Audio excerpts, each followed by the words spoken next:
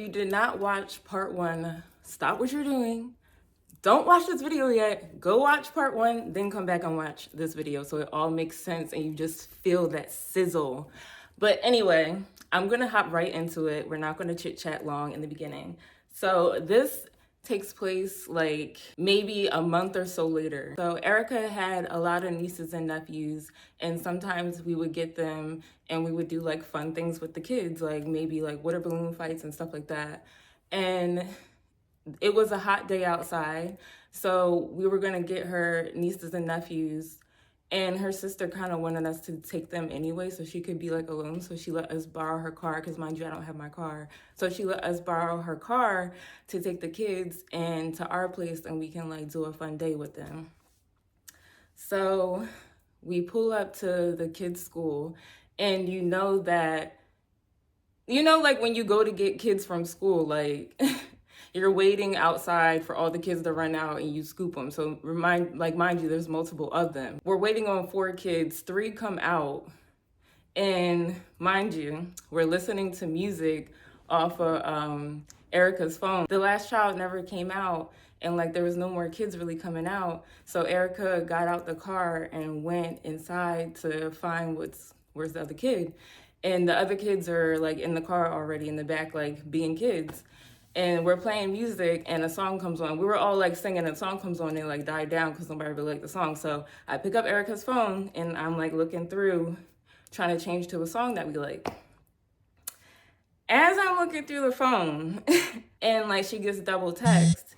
And when she gets double text, I can see the last one because I can see the preview because it comes up like where you can still read a little bit. So I'm reading it, like my eyes just start reading. So I'm reading it and I'm just like, that's an odd sentence, The person says like, first of all, it's a number that pops up and the message says something like, okay, I'll take the Greyhound to come see you. And I'm like, I'll take the Greyhound to come see you. Who's that? And mind you, like her family, like sometimes they would just pop up. Like she had a lot of family because remember, like she's from this area. So I'm like, okay, like maybe it's that. So I'm gonna give it the benefit of the doubt, but I have to give it the benefit of the doubt with me looking into it. So I hit the message as it's sitting there. So the text messages pop up. And so I start reading the message. And the one before says, okay, let me gather my thoughts because I can't remember how they went in order because my mind was just scrambling. But there was one that said, I miss you from the other person. And Erica replied back saying, I miss you too. And then the person was like, is she still there? And she was like, she is, but I'll figure out a way. When are you going to get your ticket? The nerve, like, am I being shipped away? She's going to figure out a way to get me out the house that I live in too. Wild. I was like, excuse me? And then something like clicked in my head because the person was like, I want to come back. And when they said that, I have to take you guys back to where my mind went because when they said that, my mind said, shh. All the way to the beginning of our fucking relationship. So let me tell you, when we were dating, getting to know each other, I had came by her place. When I came by her place, she told me that she lived with one of her very close friends. We're gonna name this close friend Applehead. So when I walked into the place, their home or whatever, I just I got a really bad like feeling. Like I got like a heavy feeling. And if anyone knows me, like I'm big on energies. Like if I go somewhere I feel uncomfortable, I'm leaving. If like someone gives me a bad vibe, I will be nice and cordial, but I just know like you're not my person. Like we're just not gonna be friends or anything like that. That's okay. But I just knew that when I met Applehead. But also she was giving me the vibe and the feeling like Applehead did not like me. And I was confused because I've never met you. So you don't even know me. So that's the vibe I got. She did not talk to me when I was there. She said hi, but it was like a stink hi when I came in. But when we were all there, we were all sitting like in the same room. She did not speak to me at all. So it was like we were both speaking to Erica and it was like, yeah, it was weird. And she was giving me a weird vibe and I was just like, Like after I was leaving, because me and Erica left together because we were just going out to hang out by ourselves. I was just like, were you guys like together? Like, is that your ex or anything like that? And she was like, no, like that's just my really close friend. Like we've been friends for a long time. And I was like, oh, okay, because it seems like she doesn't like me. And she was like, no, she's just like that. And I was just like, okay. So yeah, that's how I met Applehead. And a little bit fast forward into relationship, but not like where we're talking about yet. We didn't get there yet, but a little bit into when we started dating. And this is when I moved in. I started finding stuff like around the around the house. And now that I think about it, Applehead was probably leaving those things on purpose so I would find them, because there was like letters and things between her and Applehead, like Erica and Applehead. And the letters were like them talking like, I already know they were fucking. Like, I already know that from the letters. And the way they were talking, like, it was like they were in love and like they couldn't like make it work or some shit. And to me, I was pissed off. So I asked Erica with the shit. Of course, she had to like admit to it. So she did. And I was just like, wow. So now I'm in this house. Y'all been again. And I'm.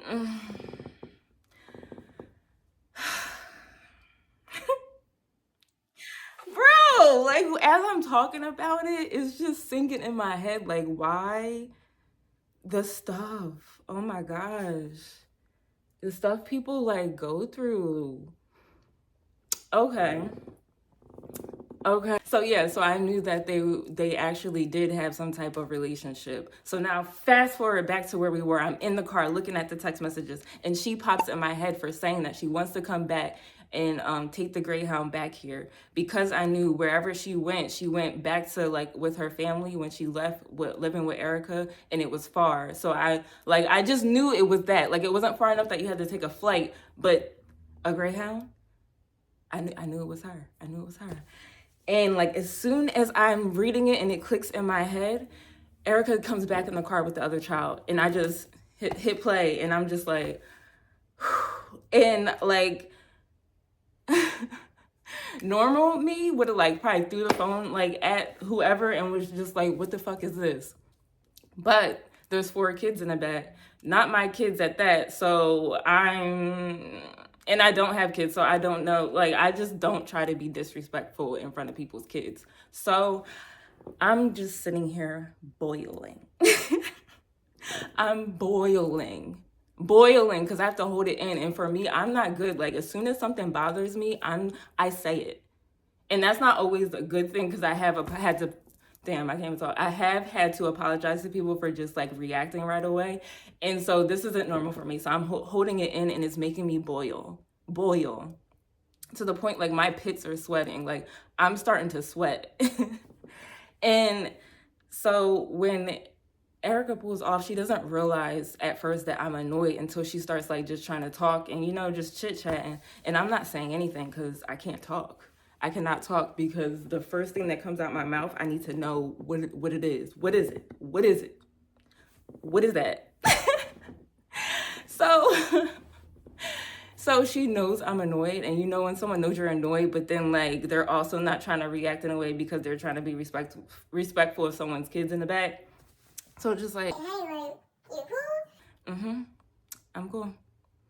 Are you sure? Like, you seem like you're mad. I said I'm good. Mm-hmm. Are you sure? You will find out soon, but I'm good. And when I'm really upset, if anybody knows me, and this is kind of creepy, like when I'm really, really upset, I will start to crack up. I will be laughing. I will get this giggle in my gut, and it will make me laugh, but it's anger. It's anger. It's anger. So, okay. It's making me laugh. Okay. So we finally pull up to our place. The kids run out. And like they run out so fast and just go in the house that and we're still getting out. And she asked me, she was like, what's wrong? They're not around at this point. So I go, look at your text messages. What is the last text message you got? Look at your text messages. She looks at it. I said, who is that? Who is that? And I was like, that's Applehead. You're talking to Applehead and you guys are trying to arrange to meet up.